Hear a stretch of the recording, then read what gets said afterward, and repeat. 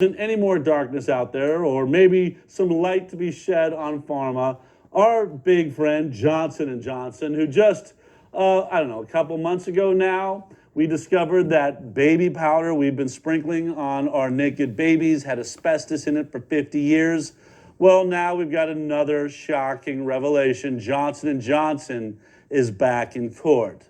This time, it looks like they may be pushing heroin or something just like it. I'm bringing Jeffrey Jackson on to talk about it. Jeffrey, Johnson and Johnson. I mean, honestly, I say that name and I think baby oil, baby powder, soft, cuddly little, commercials of mommies and babies, yet they find themselves in the midst of another multi-billion-dollar lawsuit. Can you tell me what's going on? Yeah, the trial just wrapped up. A judge is expected to rule on this within the next couple of weeks to the next month. This trial accused Johnson and Johnson and two other pharmaceutical manufacturers, Purdue Pharma and Teva Pharmaceuticals, of creating an opioid epidemic in Oklahoma. So Oklahoma Attorney General Mike Hunter brought this suit against them. Basically, it's the same thing we always hear with these opioid cases. They exaggerated the safety and the efficacy, and they downplayed the addictive qualities on this. Now, here's where this gets interesting. Teva Pharmaceuticals and Purdue Pharmaceuticals took settlements, so they're out. Now, Johnson & Johnson is the center and the target of this case. And like we've had before, these discovery documents come out, and the Attorney General is claiming that Johnson & Johnson is the kingpin. The word he's using is a kingpin behind the opioid epidemic. So in the past, we've had Purdue Pharmaceutical was the big name, but it turns out Johnson & Johnson might be even bigger, and the court documents are showing those things. Wow. So why are they bigger? Why have I not heard Johnson & Johnson till now if they are the kingpins? And remind me, opioid means it's coming from opium. Like when I say this is a heroin product, I'm not that far off, am I? Not at all. Not at all. It's coming from the poppy plant. In fact, that brings us right to the court documents. Johnson & Johnson has a couple subsidiaries, Tasmanian Alkaloids and Noremco. And these are grower distributors, respectively.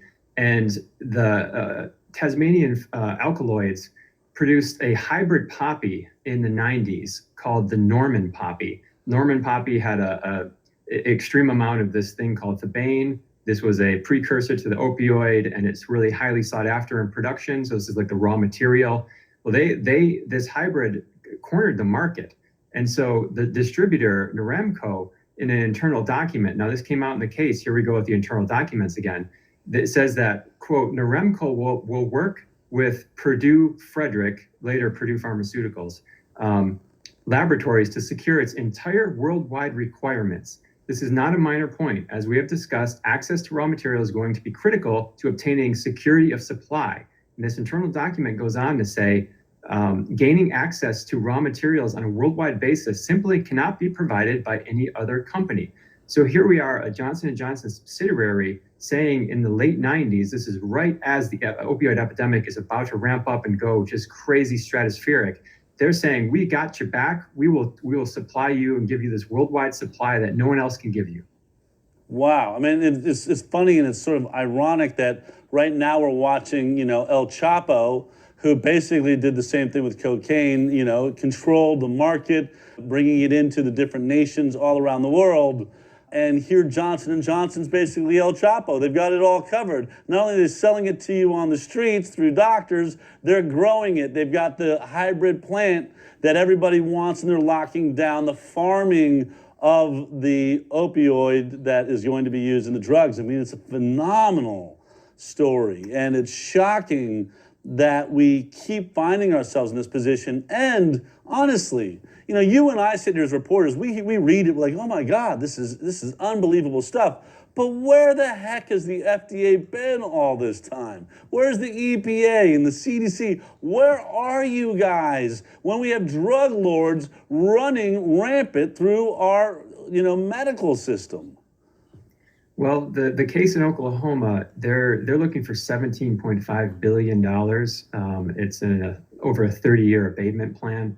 But this is only one case. So there's over 1,000 cases from individual states attorneys generals all the way to counties going after all of these opioid manufacturers. That's Teva Pharmaceuticals, that's Purdue Pharma, and now Johnson and Johnson. And this Johnson and Johnson case is being looked at as a bellwether to set a precedent for these cases moving forward. So what was interesting too in this case, this Johnson and Johnson case, which came out, is they had their own opioid. It was a pain patch called Duragesic, and at the same time that OxyContin, that's the Purdue Pharma's opioid that basically was the backbone of this epidemic in America. Johnson and Johnson is pushing their opioid pain patch, trying to undercut and target the highest prescribing doctors of OxyContin. So they're not only the supplier, the Pablo Escobar, but they're going after the individual street dealers in Purdue Pharmaceutical, trying to cut in on their business.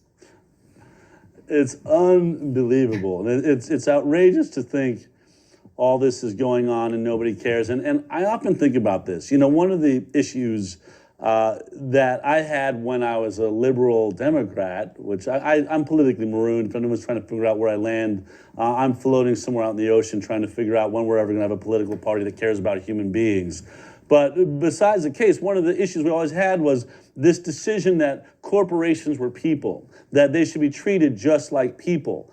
I would love to see every CEO at Johnson & Johnson treated just like El Chapo. That's what, I mean, why is it they get to be treated like people when it exonerates them from any sort of responsibility? But as soon as it's really about, you know, millions of people dying around the world, or at least tens of thousands of people from this specific product, these opioids, I think that these CEOs should be on trial for murder and drug pushing. Whatever El Chapo, whatever time he gets, we should look at that for all the CEOs of Johnson & Johnson. If you started saying, hey, yes, corporations are people too, I bet you they would either change that law or they would clean up their act. I mean, I'm tired of them just getting slapped with a bill. Like, oh, geez, yeah, you killed tens of thousands, hundreds of thousands of people. Shame on you. Here's a couple of billion. Here's $17 billion fine.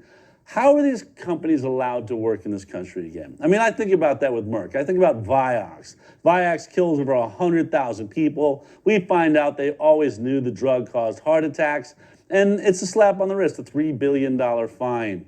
I say, why is Merck allowed to ever put a product in America again? Johnson & Johnson should never be allowed to sell a product in a free country that has an FDA and a CDC, and everybody that was involved in this cover-up in poisoning our people and killing innocent people should be sent out of this country. We're worried about our borders. What's happening inside of our borders? What are our corporations doing to us? That, I think, is something I would like to see changed. If we're going to call corporations people, let's try them just like people. So let me ask you this. Are there any criminal charges at all right now when we're talking about this drug dealing outfit of Johnson & Johnson? Not for Johnson & Johnson specifically, but another opioid manufacturer, Insys. 7 current former executives pleaded guilty or were convicted of federal racketeering conspiracy charges tied to their work with the opioid epidemic. So that caused the company, along with lawsuit payouts, to basically file for bankruptcy. And Purdue Pharma has also talked about filing for bankruptcy. So, you know, there is some justice, maybe not as harsh as the public would like to see, but there is some justice coming down on these companies. All right. Well, keep up the good work, Jeffrey. Thank you for bringing us the in-depth report on that story. You know, I don't know what to say. I mean, I have so many people attacking me in newspapers and headlines saying, you know, Dell is dangerous. Really? Are you not questioning these companies? Is it really, am I not allowed to question Merck? Am I not allowed to question Pfizer or Johnson & Johnson? You really don't want reporters asking hard questions, maybe not believing in all the hype. Is that really the world we want to live in? Speaking of insiders. My brother Dell Big Tree, don't worry, I go through the same thing. This is the same mindset with Christians. Because for years, we have blindly followed and listened to our pastors and preachers and men of God. When people are awakening and begin to question, then their disciples that worships them will come at me with the same attack, as if I don't have the right to use my brain and begin to question what your pastor is saying. Is it true? Is it biblically sound? Is it scripture, or are they twisting the scripture for their own selfish gain? And it looks to me, the pharmaceutical industry is like a god unto society, that when you begin to question some of their practices, those people, either they are working for them or they have been so brainwashed from years and years of taking those big pharma medication, it has damaged their brain, they cannot think, so they will come and attack you the same way the pastor's disciple attack people like us who question them and expose their false doctrine. It's the same way big pharma and their messengers and their agents will come and attack you. I believe some of those people who are attacking you on social media, they're actually probably being paid. They are workers of big pharma, or those are actual victims of big pharma that have been on the medication, maybe from their mother's womb, and they have been so brainwashed, their brain cells have been damaged, so they don't have the ability to critically think, to be logic, and to reason. What is wrong with somebody questioning stuff and asking questions? Isn't that what a society of intelligent, civilized, mature people are supposed to be? Question things, or you just take anything because the doctor said, and your doctor is God, you just take it. Because your pastor, whatever your pastor said, because he's God, you just take it. Come on now. What is wrong with our brains? And we say we live in America, we say we are the leader of the free world, we are intelligent people. Intelligent people ask questions. Intelligent people question things. They don't just take anything because the pastor said it, the professor said it, the teacher said it, the doctor said it, my pharmacist said it. Is your pharmacist God? You better begin to ask some questions. Because you don't ask questions, you become a victim of your own ignorance and stupidity. And that's what's happening. Thank you. Welcome to the age of awakening. This is Dagnet. Please share, subscribe, and invite. I appreciate you. Thank you for the thumbs up. Thank you for the thumbs down.